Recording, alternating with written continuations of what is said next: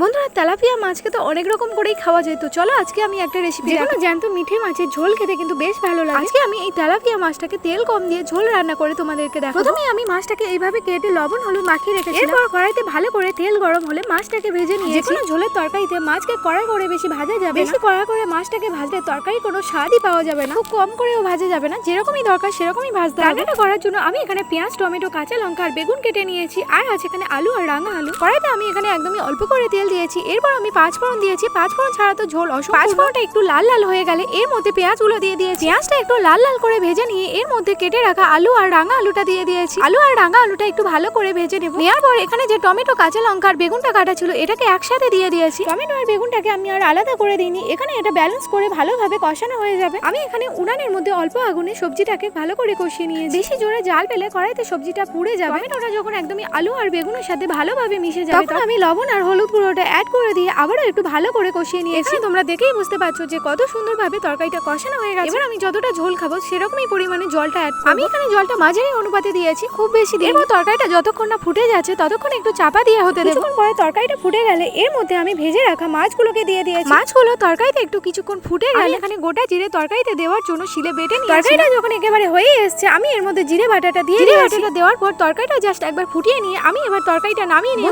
মাছের ঝোলে পাঁচফোড়ন আর এই জিরে বাটাটা অবশ্যই করে দিতে হবে, না হলে মাছের ঝোলটা একেবারে অসম্পূর্ণ থেকে যায়। তেলাপিয়া মাছের এই রান্নাটা কিন্তু একেবারে পারফেক্ট হয়েছে। তো তোমাদের কাছে কেমন লাগলো অবশ্যই করে কমেন্টে জানাতে ভুলো না। রান্নাটা ভালো লাগলে অবশ্যই করে একটা লাইক দিয়ে দিও। টাটা, সবাই ভালো থেকো।